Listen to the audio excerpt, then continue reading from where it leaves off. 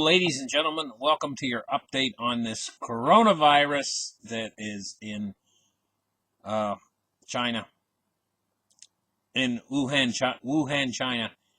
Now, the pieces aren't fitting into for me. Aren't fitting together on uh, the uh, the official numbers coming out of China.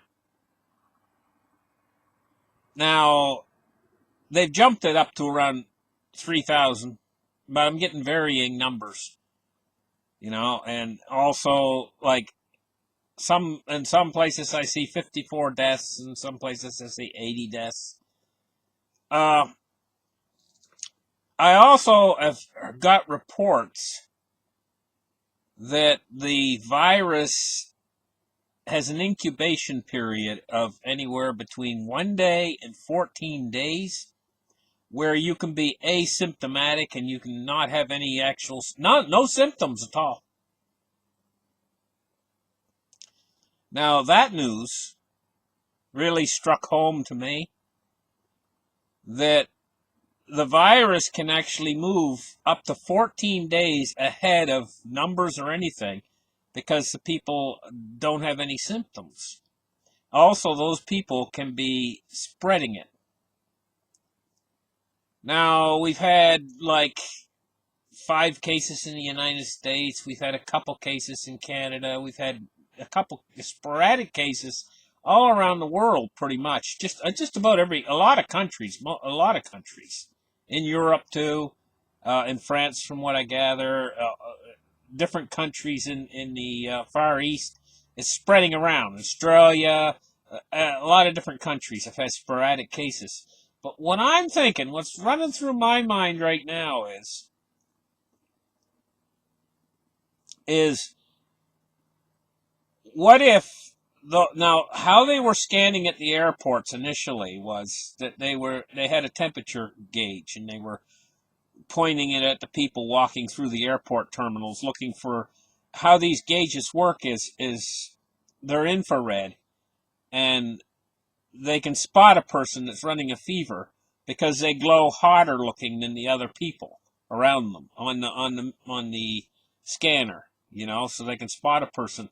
But if people are carrying this virus in this incubation period, and they also say that the people are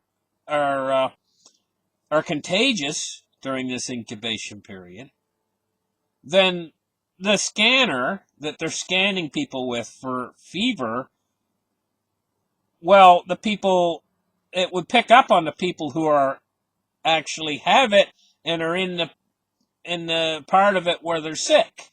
It would pick them up because they have a fever. But what if a person's in the incubation phase? Now, I'm going to go into some what ifs here. It doesn't mean it's true. It just means what if. What if these flights coming out of Wuhan, they picked up the people who had a fever, and they pulled them off to one side, and they checked them, and they found out that, hey, you know what? This guy's positive for the disease. Okay, I got them. And they put them off in the quarantine or isolation or whatever, And we've had a number of them in the United States, like 5, I gather, and a couple in Canada, and a couple in Australia, and a few in all these other countries. But what if what's slipping through is the people that come from Wuhan on those original flights, and no symptoms, no fever, nothing. They don't even know they have it themselves, because they're in the incubation period, and they pass right through the airport and into the general population and start going around maybe to shopping centers or who knows where in their general life, This is pointing out to me that this could happen. Now, I'm not saying this has happened, but I'm just saying that it's a possibility that this has happened. And this is a marked difference between this virus and SARS, because SARS doesn't do that. That incubation period where you're contagious and you have no symptoms, that's scary. That's scary because it makes it extremely difficult to stop the contagion when you have a virus that does that. You see? And so now we've had a period where the Chinese government, and I laud them for their efforts for containing the city of Wuhan. They put it under containment, quarantine, nothing in or out other than they control what comes in and out. This would mean that these flights that were coming from Wuhan to different areas of the earth would suddenly stop. The people coming out of Wuhan, going all over the earth, here, there, and everywhere, that would suddenly come to a stop. So it means that we're probably going to see a cessation of, because Wuhan is the center, or look at it like the hornet's nest.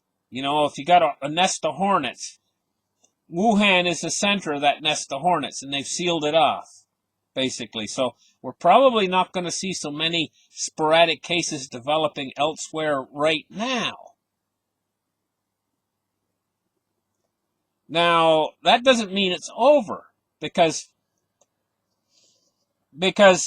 from what I understand, it's left the Wuhan area, and other cities in China are being infected with this virus. It's spreading, and they're shutting down other cities.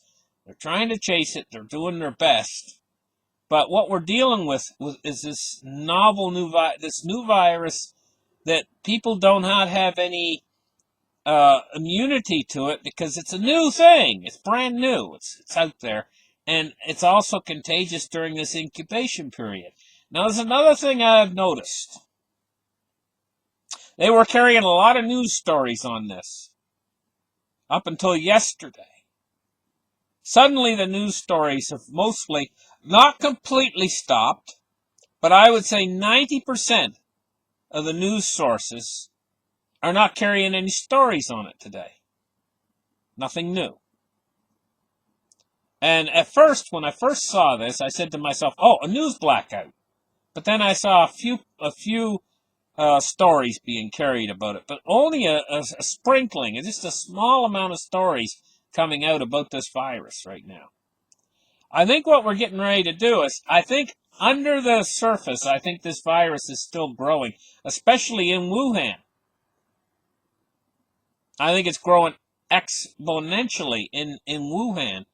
And I have this suspicion, this is my suspicion alone, that these carriers, what I would call them carriers, who don't know they have the virus,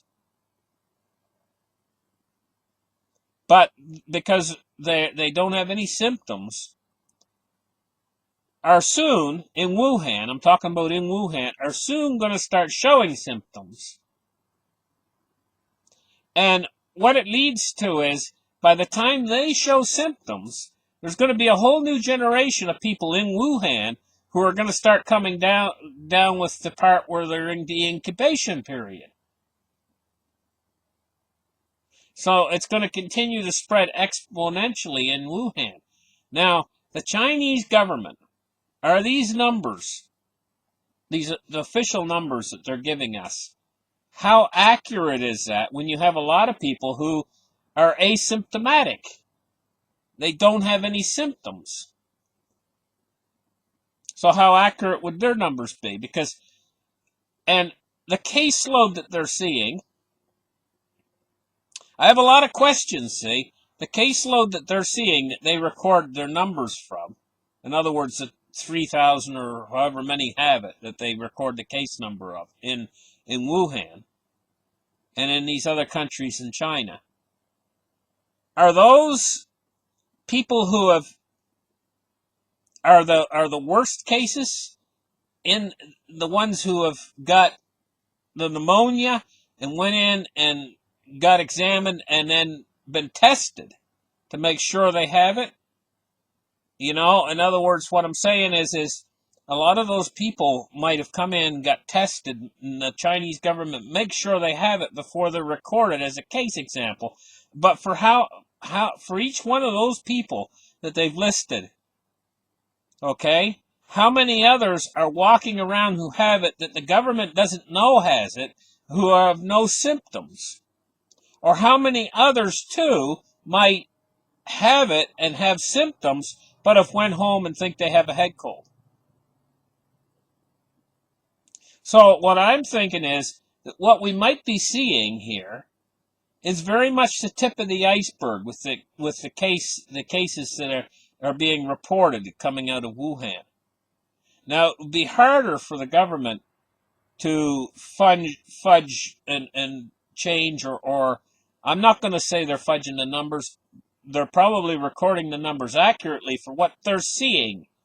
But what I'm saying is what is the government not seeing? In other words, people who have it and who are not coming in because they're not sick enough, they don't have the pneumonia. And how many of them out there have no symptoms at all who have it in Wuhan? Not any reflection on the government's numbers whatsoever, because the government just wouldn't know this. So what we're seeing a reflection of, what I'm saying, could be the worst case scenarios where people get ill, get the pneumonia, go into the hospital, go through the procedures of the Chinese government, and then get recorded as having the virus, and then they get added to the numbers. So the death toll, which I think is around 80 right now, if I'm not mistaken, because it changes so rapidly that I'm not going to give you guys accurate numbers on the death toll, but I think that's what it was at last count, somewhere around that area. Might be a reflection of a much wider spread virus, in which case the mortality rate wouldn't be as high. In other words, what I'm trying to say to you guys is the mortality rate might not be like these numbers that we're hearing, like 15% or whatever. These numbers scare everyone, because we're dealing with an extremely contagious virus here. But those numbers might not reflect the accurate death numbers, because if it's a much wider scope, in other words, if this virus has infected far more people than is being reported, and would be because the Chinese government just wouldn't know, because these people would be sick at home, but they're not coming in.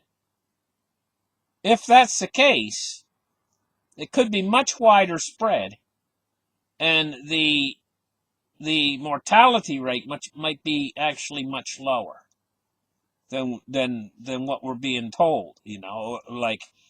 See, in other words, what I'm saying is to take the big number, like say it's whatever it is right now, 2,700 or 3,000 or whatever in that area, and if we were to divide it by the amount of people who are dead to try to get a mortality number, okay, that might not really work, because if this thing has a much wider scope, and if those numbers are accurate about how many have died, I think it's 80 or something like that, then the mortality rate might be much, much smaller. Now, you'd say, okay, great, less mortality rate, great, Maybe not, because this virus, we do have a better idea of how many people get sick with it and actually get pneumonia and actually need medical care. They need hospitalization. And it seems like that number is rather high in this virus outbreak. So it's starting to paint a picture for me, and the picture that I'm seeing is a virus that maybe is not quite so mortal. In other words, the mortality rate isn't quite so high. In other words, it's not a real, but it's an incapacitator. It's a virus that would lead to many, many cases of pneumonia that would flood the medical establishments. And then on the end result of that is, after so many days, maybe more of these people who have pneumonia will start to actually, the mortality rate of those will go up. So what we're dealing with here, this is basically, I guess what I'm saying is, this is early days. It's early days yet. These numbers are going to start to come in. from Wuhan. And they're probably going to give us and paint us a better picture of just exactly what this virus does. This is a new coronavirus, extremely dangerous. Big question marks as to whether they can actually stop it or not. We're going to have to wait and see, you know. But it was a really good first step, stopping off the source, which was Wuhan. But I think that it had spread past the source by the time they've stopped the source off. It's already spread past the source. So we're going to have to wait and see if quarantining works or different effective measures that they're using works to stop it. And then also we're going to have to wait and see as the numbers start to come in, the larger numbers are going to paint a bigger picture. As it grows in Wuhan, and believe me, there's 11 million people there. So what we're looking at right now with the Chinese numbers of like 2,000 or 3,000 compared to 11 million is still rather small within that one city alone. Okay? Listen, I want to talk to you guys about it. Let's tell you my concerns. My concerns now are starting to switch more to that this virus would overwhelm. If it does, now we're just going to go out on a limb here. We're going to say, what if? What if it were to get out into the general population of almost every country on Earth and it were to spread unchecked? In other words, at a certain point, if it spreads too far, if it goes too far, they just can't stop it at that point, and it'll spread everywhere. And what if that were to happen? What if that were to happen? My big concern here would be that it would completely overwhelm the medical establishment worldwide. Hospitals would just be just like what's happening in Wuhan. They've got, I think, like 30,000 beds or whatever. And there's another point I want to make to you guys. In Wuhan, with like 30,000 beds, what's going on here? That their medical system right now is flooded. You've all saw the pictures, or a lot of you saw the pictures that have come out of Wuhan. A nurse or so whatever walking down through the hallway, and it's just like the people are in the hallways everywhere, and they're sick and they're dying and everything else, coughing and not getting any medical attention because it's just overwhelming the system. They've got many hospitals in Wuhan, and they've, I think, got like 30,000 beds. So if it's really only 2,000 people that have it, and they got 30,000 beds, that would be more than enough to have a bed for each patient. So why do we see all these people in the hallway, sick and dying in the hallway, being covered with old blankets and stuff over their faces? I mean, something's not fitting quite right here about this whole thing. Could it be much more widespread? And these are only what we're seeing is a reflection of only the officially accounted numbers. In other words, it has to go through a process. The Chinese government will put it through a process where the person comes in, then they have to check and verify that they're actually who they say they are, and then they have to send the virus samples away for testing, and then they have to wait until it comes back for testing, and then they have to add it, so on. In other words, a process. Could we only be seeing, and this virus is progressing so fast, that that process that they have for reporting is not keeping up with the actual true numbers or true scope of what's happening, and maybe that's lagging way, way behind. I'm going to tell you guys, I've never seen a virus move this fast before. If you go back to like just over a month ago, or like, what was it, 40 days ago or something like that, when the virus was just getting first seeded, it would be like first one person would have it, and then two.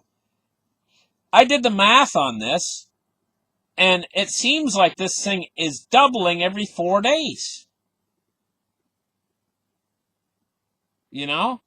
That's exponential growth. Now, cutting the city of Wuhan off, the Chinese have interrupted that growth process, but they've probably only interrupted it by a certain amount. So, if you guys see this story die out in the news, don't think that this thing is just gone. You're probably seeing the effect of the Chinese stopping the nest of the virus. In other words, stopping traffic in and out of Wuhan might give a little bit of a relief period, but it's still growing. Don't think it's gone. And the next time it comes back, maybe in a week or 2 weeks or 3 weeks or whatever, it'll probably be that much bigger and that much more compounded. Now, that's just my take on it, guys. I mean, it's just my opinion. That's not a professional opinion or anything like that. I don't have any degrees in bioscience or anything like that. I'm just watching this situation, analyzing it from a news perspective, from what I see in the news stories. So, in other words, I'm getting secondhand information. Actually, it might be third-hand information because the Chinese government reports it to the news sources, and then the news resources report it to me, and then I report it to you. So it's like third-hand information. And some of these things I've said are my opinion only on what's happening. So, anyway, listen, thank you guys for listening to this. I know I rambled on a little bit long, but I have an awful lot of questions about this virus, and there's not a full extent of answers out there yet. But I do know that this thing is multiplying extremely fast for a virus. I mean, I've never seen anything like it before. Maybe, I don't know what would spread like that. Measles or something? I mean, it's just ridiculous. Anyway, thank you guys for listening, and we'll catch you guys in the next update. Bye-bye.